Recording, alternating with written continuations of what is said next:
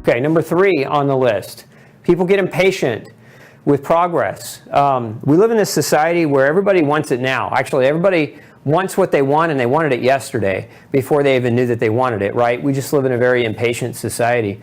And so a lot of people quit before they ever get to a point where they're seeing great progress. I see this all the time. People will stick with a diet for 2 to 3 weeks. You know, they say it's too hard. I didn't lose 20 pounds in 2 to 3 weeks, therefore I quit. Or I didn't gain weight. I didn't put the muscle on because I went to the gym, you know, for a couple weeks. I quit, right? So impatience is a big, big part of the process. You have to understand, if you're not in shape physically, if your body is under-muscled, it doesn't matter whether you're overweight or underweight, if your body is under-muscled, it didn't get there overnight. And it's not going to fix overnight. You've got to give it time. It takes time to build lean mass. It takes consistency, energy, and effort, and strategy to get there, and so you can't be impatient with it. Remember, one of the keys, and this is to all aspects of life, not just body weight, is consistency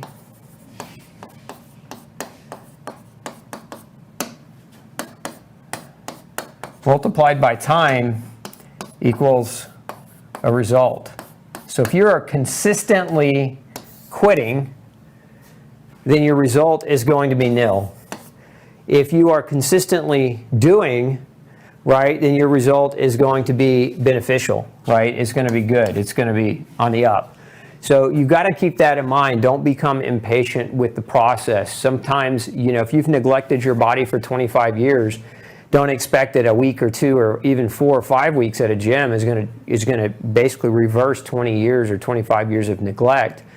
You've got to stay consistent with it. To build lean mass for the average person that has chronic disease, in my experience, takes at least 6 months to start seeing some really solid mass. Now, if you're overweight, it doesn't take 6 months to see some of the weight come off. It does if you're applying the wrong strategy, but it doesn't if you're applying the right strategy. And sometimes people are applying the wrong strategies, but ultimately you've got to have consistency in what you're doing. And again, consistency in bad behavior will lead to a bad result. Consistency in good behavior should lead to a good result unless your strategy is wrong. And if your strategy is wrong, you should question it. Or if you're failing to achieve a result, you should question the strategy that you're implementing. Number 4 is a lack of sleep. Lack of sleep is crucial. I mean, think of sleep as your body's ability to heal and repair. It's the time where you recover, right? So if you a lot of people, they do go work out. They are consistent. They're trying to train. They're trying to build their lean mass. But what ends up happening is they have poor sleep hygiene. So they go to bed at midnight. They wake up early. And what they don't allow is their body time to heal and repair the damage they're creating from their exercise. Remember, exercise is basically scheduled damage. There's a name in biology, it's called hormesis, which means, hormesis means you apply stress, you apply a bad thing, stress in this case, the stress of activity, to get to a good thing. So you apply a stress that some perceive as bad to get to a good outcome or a good result. That's what hormetic or hormesis is. Exercise falls, in my opinion, under this category. But with exercise, you have to follow that up with sleep. And if you don't, what generally happens is you don't recover from the strained effect that you induced on your body. So remember, you put your body under a tremendous amount of stress through that exercise. You now have to give the body its due, and you have to allow it its recovery time, or it won't respond well. And there are a lot of hormones that are regulated under the control or auspice of proper sleep. Cortisol is one of them, and we talked about cortisol in that first slide.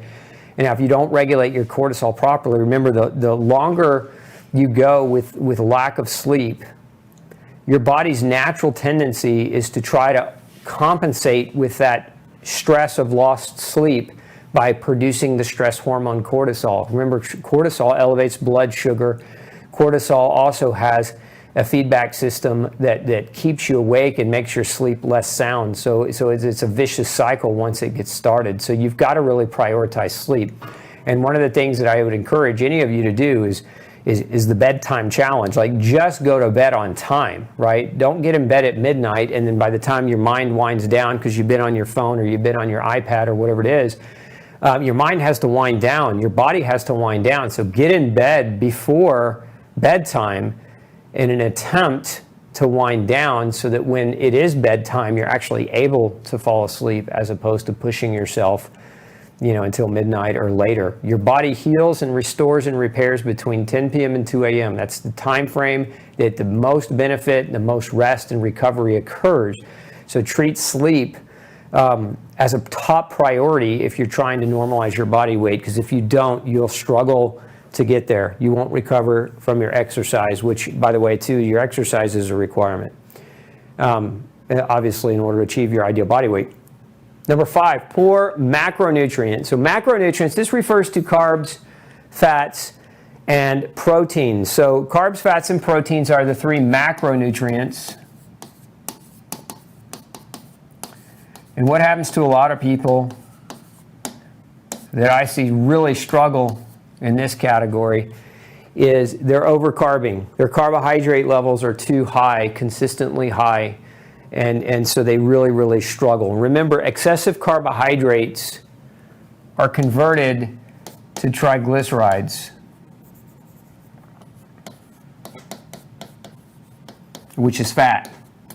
So they're converted to fat, and then that's stored. So, we learn. Here's how we learn this. If you're old enough and you remember this, in the 80s there was this trend, this dietary trend, the no-fat, low-fat diet, right? And so what did food manufacturers, what did they do in order to battle fat, which was the wrong fight to fight? We can thank medicine for that too. It was actually the medical community that demonized fat, healthy fat, in an attempt to turn your attention away from sugar. That was actually proven. Harvard researchers were paid off to lie about it. And so they published fake research, fake news, if you will, and for 20 years, pulled the wool over the eyes of the American populace to eat low fat. But what happened during those low fat years, no fat years? America got, true or false, America got skinnier.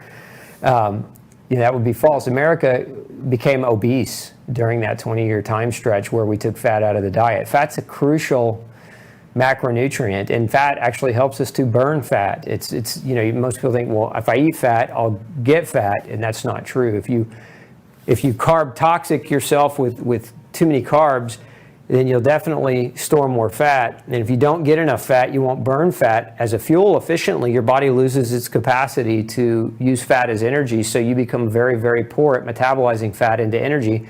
So you just keep storing more and more and more. So what do we want to do here? What is a good balance? For most people, what's a good balance? And so a lot of you have done like ketogenic diets to lose weight. Some of you have done maybe carnivore diets to lose weight and had success.